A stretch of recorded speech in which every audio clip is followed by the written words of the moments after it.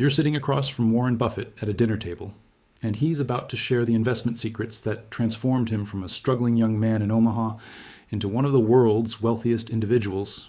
These aren't get-rich-quick schemes or flashy trading strategies. These are the fundamental principles that have guided every major financial decision he has made over 7 decades of investing. Today, we're diving deep into the Oracle of Omaha's most powerful investment wisdom, the exact principles that have generated hundreds of billions in wealth and can transform your financial future if you apply them correctly. But here's what most people miss about Buffett's success. It's not about picking the perfect stock or timing the market perfectly. It's about developing an investor's mindset that treats every financial decision like a business owner would. When Buffett buys a stock, he's not buying a ticker symbol that might go up next week. He's purchasing a piece of a real business that he plans to own for years, maybe decades. This fundamental shift in thinking separates successful long-term investors from those who constantly chase the latest market trends and end up losing money. The first secret that transformed Buffett's approach comes directly from his mentor, Benjamin Graham, and it's called understanding Mr. Market. Imagine you own a small coffee shop in your neighborhood. It's a solid business with regular customers, steady profits, and you love running it. Every morning, this eccentric neighbor named Mr. Market shows up at your door with a wildly different offer to buy your coffee shop. Monday morning, he bursts in excited, shouting that coffee shops are the hottest thing and he'll pay you $1 million right now. Tuesday, he drags himself in looking depressed, claiming coffee is dead and offering you $50,000 because you should sell before it's too late. Wednesday, he's back with renewed enthusiasm, offering $700,000 because he changed his mind again. Would you take Mr. Market seriously? Of course not. You'd think he was completely unstable, yet this is exactly how most people treat the stock market. When prices go up, everyone becomes a genius investor. When prices drop, panic sets in and people start selling everything. Buffett learned early that the market's daily movements are driven by emotion, not logic. The stock market is simply Mr. Market showing up every day with different offers to buy or sell your shares. Sometimes his offers are reasonable, sometimes they're ridiculously high, and sometimes they're absurdly low. The key insight is this: you don't have to accept Mr. Market's offer just because he's making one. You can ignore him completely when his prices don't make sense. But when he offers you something valuable at a ridiculously low price because he's having a bad day, that's when you pay attention. During the 2008 financial crisis, Mr. Market was having a complete meltdown. Great companies like Coca-Cola, American Express, and Goldman Sachs were trading at massive discounts to their intrinsic value. While everyone else was panicking, Buffett was buying. He invested $23 billion during that crisis, generating enormous returns as the market recovered. This brings us to Buffett's second fundamental secret, the concept of intrinsic value. Most investors focus obsessively on stock prices, constantly checking to see if their investments went up or down today. Buffett focuses on something completely different: what a business is actually worth regardless of its current stock price. Think about it like real estate. If you're buying a house, you don't just look at the asking price. You consider the neighborhood, the condition of the property, comparable sales, rental income potential, and future development plans. You're trying to determine what the house is truly worth, so you can decide if the asking price represents a good deal. Buffett does the same thing with businesses. He looks at their financial statements, competitive advantages, management quality, growth prospects, and cash generation ability to determine what he believes the entire company is worth. Then he divides that number by the shares outstanding to get his estimate of intrinsic value per share.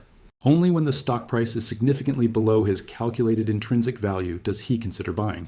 This is why Buffett can remain calm during market crashes while others panic. He knows what his investments are worth, independent of what Mr. Market is offering on any given day. The third secret revolves around what Buffett calls his circle of competence. Early in his career, Buffett realized he couldn't be an expert on every industry or every type of business. Instead of trying to understand everything, he focused on becoming exceptionally knowledgeable about specific types of companies, where he could develop a genuine competitive advantage. For decades, this meant focusing on simple businesses with predictable cash flows, strong brands, and high returns on invested capital. Companies like Coca-Cola, which he first bought in 1988 and still owns today, Buffett understood that Coca-Cola had an incredibly valuable brand, a secret formula, global distribution, and generated enormous amounts of cash. These were concepts he could easily understand and evaluate. He stayed away from technology companies for most of his career, not because they were bad investments, but because he couldn't confidently predict their future earnings and competitive positions. It wasn't until much later, with significant help from his business partner Charlie Munger, that Berkshire Hathaway began investing in companies like Apple. The lesson here isn't that you should only invest in the same companies Buffett chooses. The lesson is that you should focus your research and investment dollars on businesses and industries you can genuinely understand. If you work in healthcare, you might have insights into pharmaceutical or medical device companies that give you an edge. If you're in technology, you might better understand software or semiconductor businesses. The key is being honest about what you truly understand versus what you think you understand. Buffett's fourth major secret is the power of compound interest and long-term thinking. Most people dramatically underestimate how much wealth can be created by earning reasonable returns over long periods of time. Buffett often tells the story of buying his first stock at age 11 and jokes that he started too late. But the real lesson is about the mathematical magic of compounding returns over decades rather than years. When Buffett invested $10,000 in a small textile company called Berkshire Hathaway in 1962, he wasn't looking for a quick profit. He was beginning a journey that would span more than 60 years. That original investment, along with his subsequent purchases and the power of compound growth, has created a company worth over $800 billion today. But here's the crucial point. Most of that wealth creation happened in the later decades, not the early years. This is the nature of compound growth. The returns accelerate over time as your gains generate their own gains. This long-term perspective influences every aspect of Buffett's investment approach.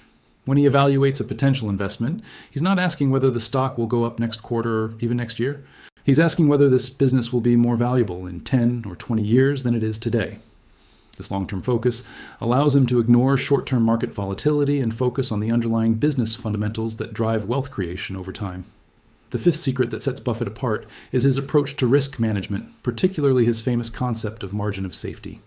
Most people think about risk in terms of stock price volatility. If a stock bounces around a lot, they consider it risky. If it moves slowly and steadily, they think it's safe. Buffett thinks about risk completely differently. To him, risk is the possibility of permanent loss of capital, not temporary price fluctuations. Margin of safety means only buying a stock when it's trading significantly below your calculated intrinsic value. If you believe a company is worth $100 per share, you don't buy it at $95 or even $80. You wait until you can buy it at $60 or $70 per share. This gap between price and value serves as your protection against mistakes in judgment, unforeseen business problems, or temporary market downturns. Think of it like building a bridge. If you know trucks weighing 10,000 pounds will cross your bridge, you don't design it to hold exactly 10,000 pounds. You build it to support 30,000 pounds or more. That extra strength is your margin of safety.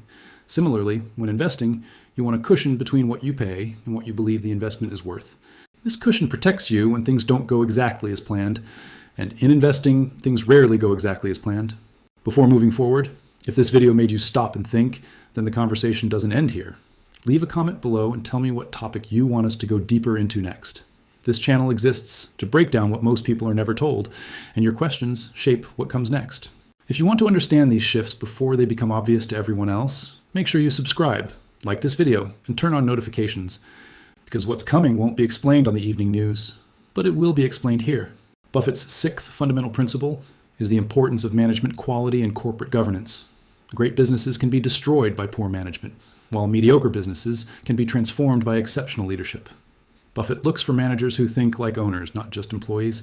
He wants leaders who are honest about both successes and failures, who allocate capital wisely, and who focus on long-term value creation rather than short-term stock price movements.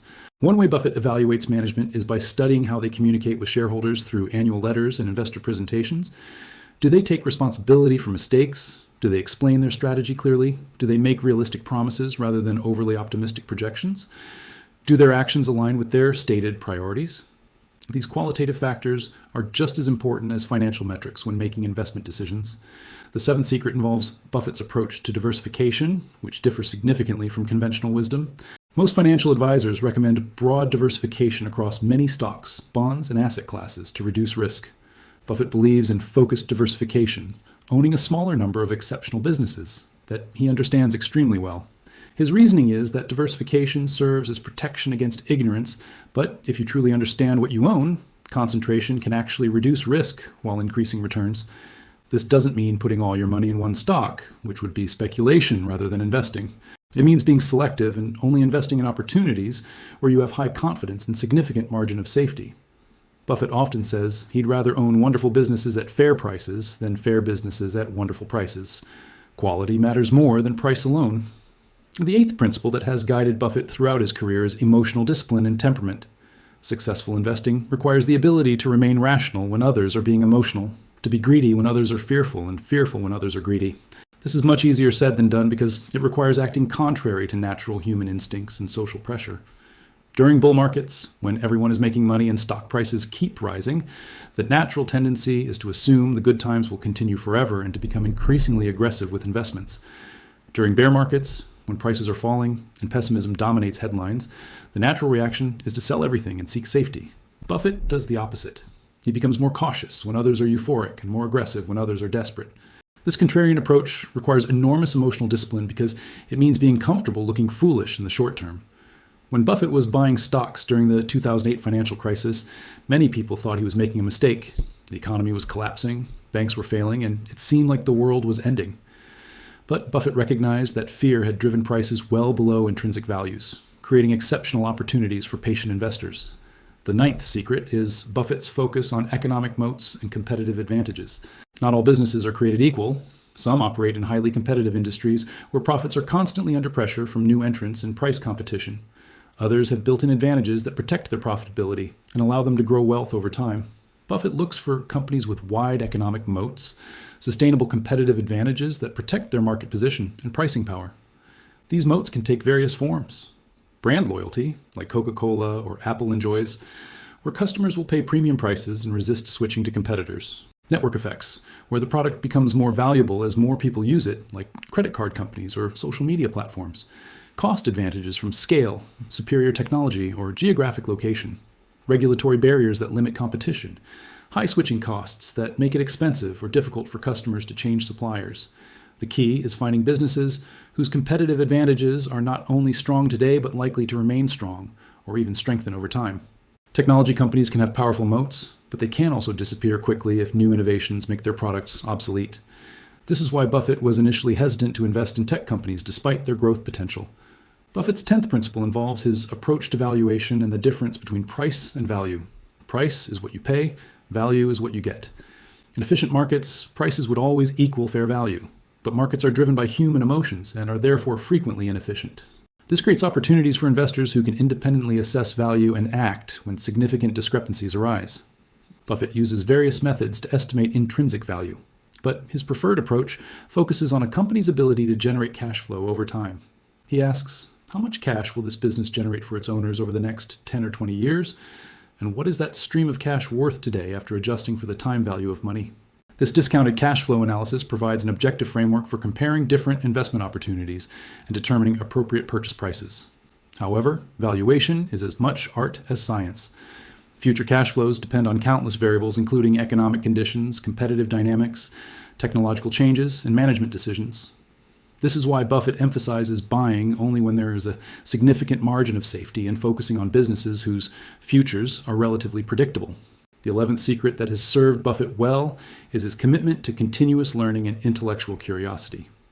Despite being one of the world's most successful investors, Buffett still reads voraciously, constantly seeking to expand his knowledge and understanding of businesses, industries, and economic principles.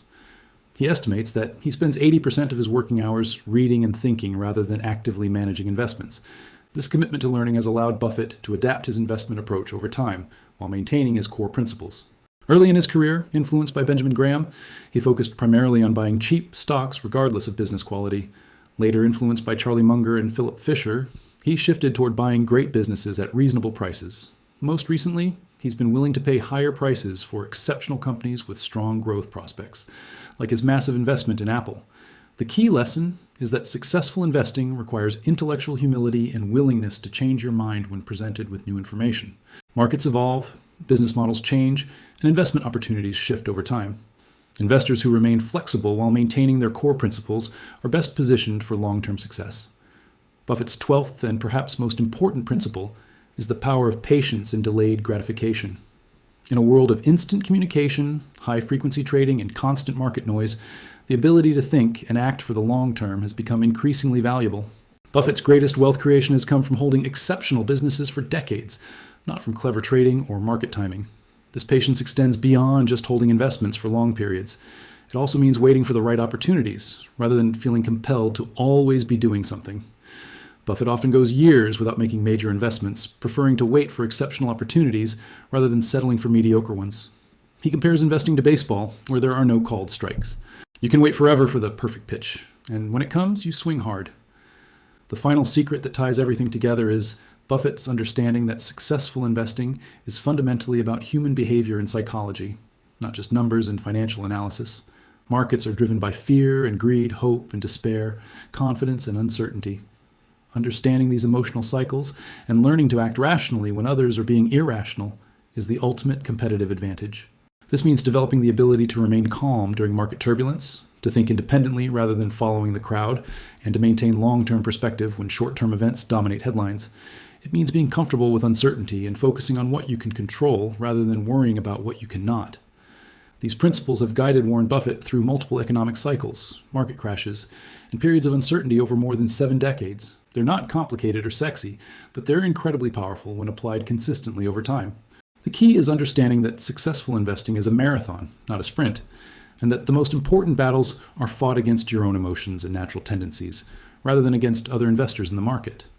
Whether you're just starting your investment journey or looking to improve your existing approach, these timeless principles provide a roadmap for building wealth while avoiding the common mistakes that destroy capital and dreams. Remember, the goal isn't to get rich quick, it's to get rich for sure by making intelligent decisions consistently over time.